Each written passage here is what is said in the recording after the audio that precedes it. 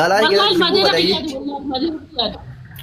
مراد ده كان عامل ايه؟ قبل ما كمان نمني عمر amma me wa والله jokara ma carra wayi gafana me fakkenya fi asumarra walin jirra nama ga jawar gode post gode kesa namni uf kesa talba ellen dabamu kullen guya shanshani ni wanna ane te dufa na dufa te hilen ifuma bate asoite kingi si o mal tu sitti ودي dufe من أدرانو كم لا بيبي أما كانت أنا أدرانو كوميدينا وبلاتا بدرانو أبغى أتكلم ما تبغى أنا بار أنا ما جوار بار سورة شنتي بار درانو جوار بره جرتي بار ما رب سبحان mal tu sitti dufe ka keti tati mal su dufe gize sura ke kitera tu fagar أبون جوار أنا personally والله أنا دوفك تيجي تلقى وأنا سواء من سر أيوهنا جوار ما أنا فرج كوين دام جوار تيك توك ada post ولا ما ati wanu makawe kana disi ya rabbi gurba kana yesu mana جتون يعني وانت كنا تندقام لغاني كنيا ما نان فيسبوكي كفار كاكا بمالوان كمونكا بماسو دادره shi in soda tu jechat jokaro si o mal tu sit dagam jokari len soda ne duga in farsa yunni narabu sanjede namni gutun gide jokar jawari in farsu mal godan jala de mani odo sibicha ke sagatani so sibicha disani aboro potare yak والله ندمت كونك أنا جبت يقول لي أسمع كمي سوري إلوني مو دلالا فكاتا دلالا خرام ما واني كان ديوم فكاتا أركيتنا تجارسيت sila mali ilu mali na amadda do hennu dado brahma season sila aba birasi ko ba سوري an kan jedhu warri leenca guurrate guutuun iluurraa falmaa ture jawar wayi leencaa fi jinni beeka obboleesso wallahi lesi garuu atille qabsoo goraa turte namoota hedduu maxxansitee feesbuuk ke argee ture namni sheer naa godhe كيامة دم نندر كين كيامة ما يجلس كيامة دم يا فرد كنا نخلي كين كيامة ما جوال ما مكنا ندين كيسي فتا ما ندين كيسي فتا wallahi duru marraawu namni nabiya kun nabiya ka jawar akan Apa mata jedhama yuga an jawar nan dinkisi dagay an jawar nan dinkisi fata wallahi ille nin jarata apa jedhama tu suura isa أيامه وما يا فرد أمو ندين كيسي فتا ندين كيسي فتا ناس قبل مو ela amma takko jawar bakkatan war sajjira male adamma yakama gamala chutu kannu sada nati tola dasalal kama tahiyat أما ندين كيسي فتا أما اللي ندين كيسي فتا قبل أبسخا وين رو ديزي دين رو نازو ديز ya inninu akkan madda fitamanummaadhaan ijoollee Saudii tan akkashin nama tumtu waan hin beekne osoo biyya kophasti godhuun kun wannan dinqisiifadha. Thank you. Apa so dia orang tinggi sifat tak durana sudah tinggi sifat tak malah tinggi sifat tak. ani dagai personally namumma isaan jibbu durallee abiyyi sin dinqisiifadhu jawaari sin dinqisiifadhu dhugaa dubbata rabbi jaalatameti duruma sin jedha dhuguma wallahi Aku dah lalu gila gitu gila nama terin mai sharmu tada. Apa so dia sifat. dinqisiifadhu durumallee dinqisiifadhu maali beeka garuu personally namumma yaraan jibbu oromummaa jaraasisi naallu garuu hujiin jara lachiitu naaf hin ta'u jawar tokkoffaa kan inni ittiin deemu doofummaa uummata barsiisuudha tokkoffaa garaan inni ittiin deemu akka namni yoo ulee hiikkadhaa maalii hiikkadhaati biyya keessa nagaa qalama obboleessa namni si harkaa fuudhee ijaan si waraana yoo barbaade dhugaan sin jedhan jawar qalamaan maalii godhaa jedhan naan ta'u siyaasaan isaa maaliif ennaan nagaatti amana jedhee namni yoo barbaade obboleessa kabalaasaa qalama si harkaa fuudhee debe siin barreessin jedhee si ari'a namni qawween falmadhaa jedhu naa ta'an maaliif jennaan namni yoo qawwee kabaaje malee amma fakkeenyaaf ijoollee walloo tana laali Oromiyaan kutaa kudhanii fayyaan ishii maaliif sodaatti beektaa wama jarri qawwee dhukaasa beektuuf boksiin ammootiyyuu hin sodaatan jarri illee boksiin sitti hin gamannu ijoollee walloo amma fakkeenyaaf gara Oromiyaa kana yoo harkaa hin qabne boksiin itti hin gamannu albee harkaa qabaatan yoo qawwee harkaa qabaatan tokkichatu Oromiyaa kana guutuu walirra re'ee oofasii galee namni dhiira jechuun nama of qaba walloon tun amma fakkeenyaaf gandatti maaliif waliin basa ammoo osoo wallaahi hanga ijoollee walloo sun biyya jirtu nuti biyya jiraanne qaata mootummaatti nu kennan maaliif jennaan namni waliin sodaatu harkaa yoo ta'e walii yaa'ee waltumu walloon amma yoo nama tokko achii kennan abbaan isaa dhaqee qawwee afaanii qaba maaliif ilma kiyya kennite jee hin kennu jecha walloo keessatti fakkeenyaaf Harargee fi Arsiin tun amma Mee afarsoo dhagaye Harargee fi Arsiin tun galee as jira deemaa fuudhaa jedhanii si kennan obboleessa keetti dhaqee si kenna jecha galee jira deemaa fuudhaa afarsoo dhuguma sitti hima kanaaf ijoollee walloo wanni waliin kennineef sababa afaan qawweetiin walitti jiraniif mucammaa nama kennuu deeman fakkeenya abdiin hidhatee guutuu qaba nama isa basaase dhaga'e taanaan dhaqee huddutti dhaabaa jecha hin dubbatu sodaa bineensa waan ta'e ibidda waan ta'e jecha namni kennama harargee farsiin tuni gizee inni gale maal godhanii si gala kunno achi jira magaalaa san seene suuqa san seene hoteela qabate asiin bahe si jala fiiganii si naannessa mootummaa waliin jecha si gale silaati waa harkaa qabaatte hoo silaati waa harkaa qabaatte si basaasuu miti karaati deemte huu si jala goraa deeman si jala fiiganii si naannessuu miti jecha si gala miti kanaafin siyaasa jawaarin feene malee waan jedhamu afarso soba deese namne ko ummata kenya seera ela namne ko ummata kenya seera beeko si jira ramza afaan gaba sirra gara torra na gefadu gala obsi ba bakkanama me ko king war si gafad akka wallotti me namni bira bulchaan ganda bira dhufe nu to'ata yed ufuma wal to'atani wal gadiftani rabba ufuma wal to'atani na dhagee gala amma ramzi afaan amma hidhamanin baan amma gaba sirra galan abdini hidhamee beelaali hidhamtee yakka kankee waan hunda gorfamte gadhiifame abdii waan itti hidhame dhageeffadhu abdii waan inni itti hidhame waan biraati siyaasa biraati malee waa'ee oduu biyya maalii tanaaf miti dhiisisan quba qabna dhiisi la kanumaan wallahi kanaan hin hidhamne warra barka kanaan hin hidhamne abdii no kanaan hin hidhamne abbona caala beetaa farsoo ila shakkame sitti mami andu goma sitti ma dhageeffadhu wallahi jaalatte jibbite wallon kinno mucaan sun achiin bahe asiin bahe ilma ebaluu tachiin bahe jedhanii waliin kennan dhuguma sitti ma maaliif wal sodaata waan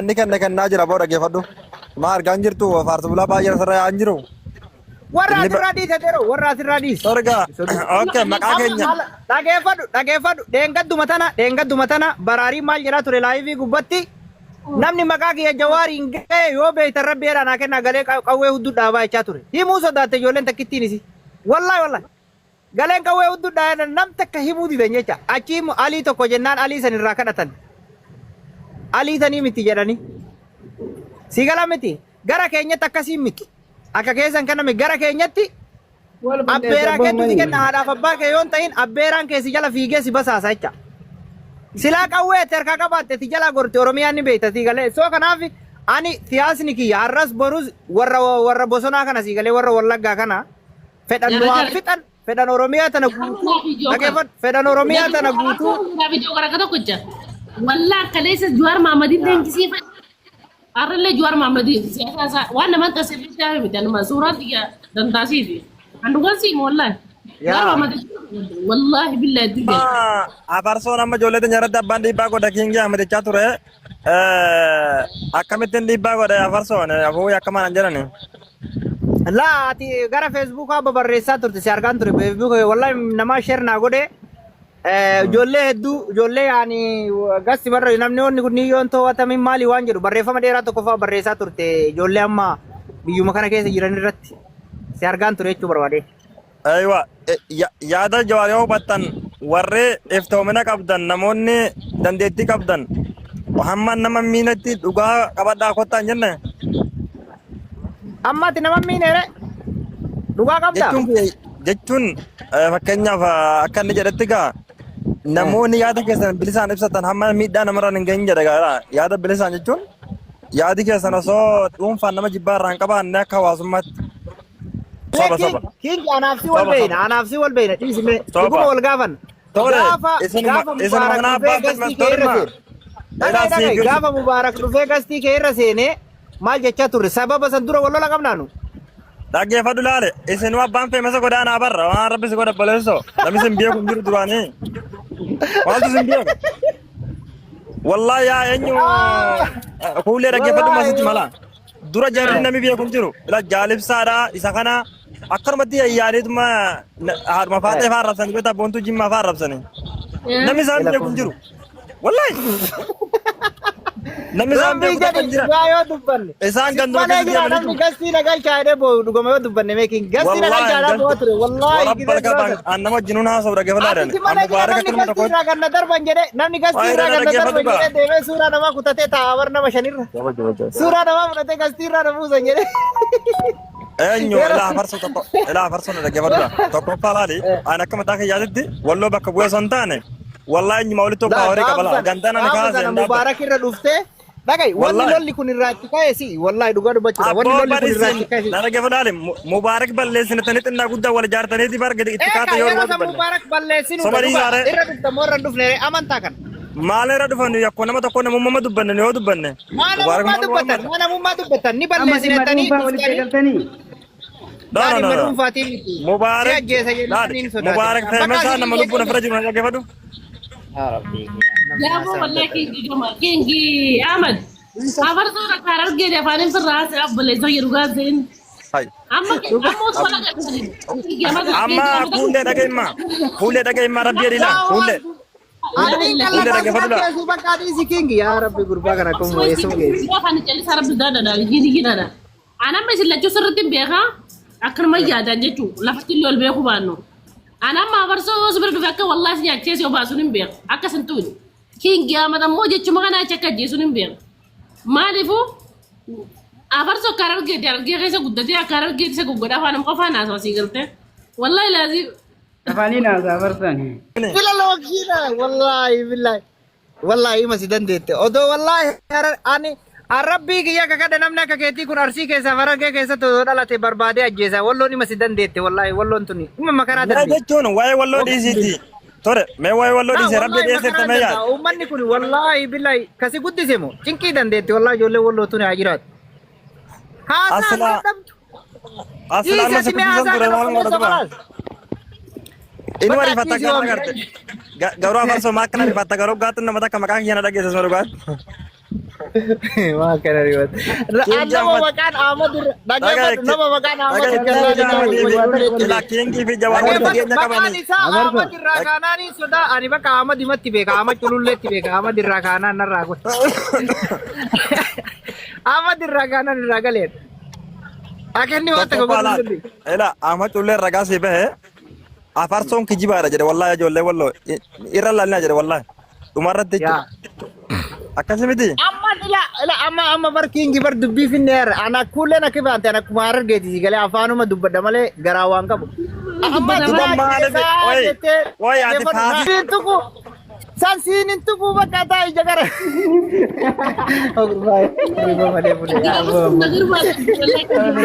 No barkuulee taa'e dhufu taa'e zabala. Osoo akka namaa kana waa meeshaa waan nagaa harka qabate akkam nama godhan jaabaran amma. Mee waa farda miila gajaraa siinin tuku dhaga'i gajaraa san wallahi kiingi sin ajjeesu wallahi anniin qallada taa'e bakka callis. afaan keessa rabbi. Abo dada dina rabbi kana no robbatu jira afaan keenya kana la yarne qabadin qabne. Abaja. Dawalani geggeessan. Jawaar. Wal ni geggeessanii. Bosin hodhuun wallahi yakka wallahi. Adabbii adda fudhachuu qabna tokko. Qabadin qabne afaan keenya yakka jaana kun kan dawas duratti yakka taana roha qabata. Afaan waa Inda yakka. akkasi fuullee ammas fuullee sirraa falmeera dhageeffadhu laale sirraa falmeera. Fuullee irraa falmeetiin jiran amma akka nama tokkotti fuulleen bakka hin jiran mirqaanteetu badhaneera. Ati bakka wallahi asuma dhugaan baana. Duguma wallahi guyyaa san mirkaana wallahi jimaa gugaa qameetin wani mirkaana duguma wallahi. Yaa nagalchi fuullee. Jookar. Naafi jookara akka wajjira deeggaru jira bar jookara kiyya gana fadi waan keenya deeggaru di president mata sedise. Ambar jawara waan fedhe adala gubaran jawara kuma dur jaaladha bari. Durallee bara namummaa isaatiif hin jaaladhu jawaariin. Inni jawaar ta'e fi miti. Gobazi. Wallahi mujaaka jookara kana lolli dhufe kana keessatti qiyaamat walla kulle guyyaan bihe maanta okay dhaggeeffadhu wallahi lola dhufe kana keessatti amantee amanu baatte wallahi nama akka jookar dinqisiifadhe hin qabu kan babbatachiin bakka takka dhaabbate an jookarin arge mana wallahi laazim nama akka rafe fiigee hinjiin an jookar qofan arge wallahi. Abbaa kunoo muzammilillee qabama bahee dhufe maal jettarree muzammilillee.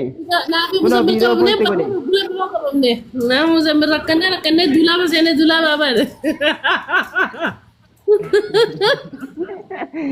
No muzammili wallahi dhugumaanumaan qabameetti hin fakkaatu. Ayaan baakkeedhaa bar fees mantasee ni fee. Muzammil hadiiqaa keessa dhokate hadiiqaa gadiima keessa dhokate kan saa achitti irra geenye jirra. kan namin dhaqne adii No, qaa no, muzammil hin qabamne. Dhokateetu babaye. qabamne. Hin qabamne dhokateetu babaye. Dhagee kuullee ati maaliif akkasitti nama barreeffachiifta dhugaa rabbii dubbachuudha qabama jettee yaake ban namni hedduu cinqame dhugaa dubbachuudha. Abbaa kun Wallaahi muzammil wabillahi. jedhama. Buleessa qiyya. Ani kana gisina kana qoosee taphat nama qal'aali nan seenaan. An nama waa'ee seeraatis beeku. Waa hunda nama beeku. Namni kun maal akka na godhu beeka. Si galtee? An amma Jawaar Mohammad. Hoo wanni sarara sodaatu ni beekta? Tarii dinqisiifatu isaa namni isa dinqisiifatu. Waan xiqqishoo girgiriin uma jeeni yaadu. Si galtee ammoo impaasii hojii walii galee impaasii yaada wal jijjiiranii impaasii waan inni gooti. Impaasiin Itoophiyaa sirriitti waan akka godhu dandeessu biyya sana keessatti. Kana achi immoo shakku yaadu numaa qalbiin yanan cabdu waan dhugasatti maa numaa Jechuun kuullee amma ilaa amma kuullee amma wanni irraa wallaalessa footoo namticha achi garagalee hidhamu tokko namticha Ugaandaa wayii wanni tokko gurraacha biyya kana keessatti yeroo Kamaal Abdallaa tumamu tokko ni yaadatta. Namicha seeratti as tokko gara tiktookii feesbuuk irra viidiyoo hojii eegallee jirra jedhe sana agarte. Poostii suni poostii bara 2019 ta'e akkasina fakkaata. Achirratti xiqqoo takka nu gaddisiiseera. Garuu akka yaada kiyyaatitti Jawaar ijoollee seera dhiyeessuu osoo hin taane rifachiisee ajandaa kana dhaabsuudhaaf waan paaworii qabu natti fakkaata. Dhaggeeffadhu Jawaar fi biyya isaan keessatti waraqaa biyyummaatu hin qabu. Amma leengadda silaa kutee biraa godhee torbaan takka tura guyyaa halkan silaa poosti godhe sanuu akka as taa'ee godhe isa makka taa'ee godhe ta'e hin beeku waan akkasitti guma guyyaa siraa bee makka taa'ee godhe isa makka keessa ture guyyaa sooraatiin poosti godhe. Isin kuma qabaatanii baatanii akkuma hin qabu. Akkasitti sannee jalaa suuraan maxxanse waan isiidhu hin jiru. Hawaasa kabajuu dirqama.